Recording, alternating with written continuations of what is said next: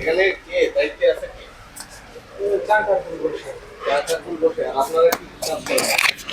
এই হেলমেট। আপনারা চলবেন এখানে আসতে। BSP mobile.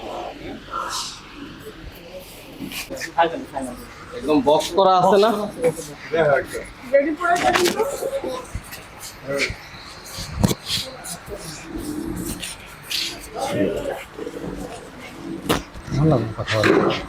বক্স করা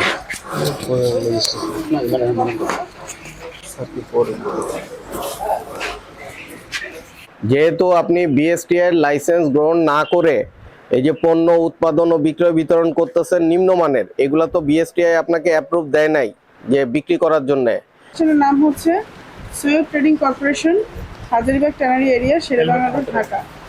আচ্ছা, আপনারা যে এই হেলমেটটি বানাচ্ছেন হাবিব এটা সম্পূর্ণ বিএসটিআই লাইসেন্স বিহীন এবং বিএসটিআই হেলমেটের কিছু নির্দিষ্ট প্যারামিটার আছে। হেলমেট খুব গুরুত্বপূর্ণ একটা জিনিস। হেলমেট যারা ব্যবহার করে তারা জীবনের ঝুঁকি নিয়ে হচ্ছে মোটরসাইকেল চালায় বা যান চালায়। হেলমেটটা যদি সেরকম প্রোটেক্টিভ না হয়, হেলমেটটা যদি সেভাবে শক্তভাবে তৈরি না হয়, তাহলে কিন্তু এটি মানুষের প্রাণহানির শঙ্কা আছে। তা আপনারা এত গুরুত্বপূর্ণ একটা বস্তু তৈরি করছেন, অথচ আপনারা এটা সঠিকভাবে লাইসেন্স নেওয়া বা এটা যে বানানো, আপনার যে মেটাল দিয়ে এগুলো তৈরি করছেন, যে এই জিনিসপত্র দিয়ে, এটা মোটেও নিরাপদ না।